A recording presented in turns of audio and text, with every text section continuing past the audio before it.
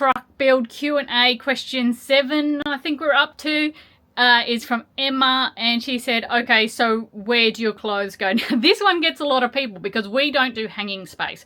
We don't hang anything in the bus or the truck because as soon as you drive, it all falls off the coat hangers. I've never had any luck keeping things on a coat hanger when we move, so that was one thing. I definitely didn't bother putting any hanging space in the truck. So, where do our clothes go?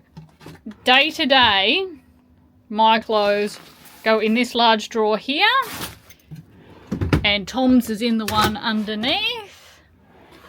So we all sort of keep 5 to 7 days of clothes in those drawers that we rotate through, and then all the rest of our clothes actually live up here in these black crates in our storage hole.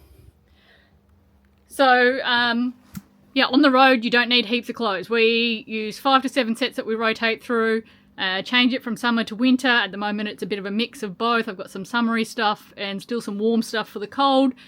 But yeah, we just have one drawer each. Our bulky jackets and things you'll see here hang here.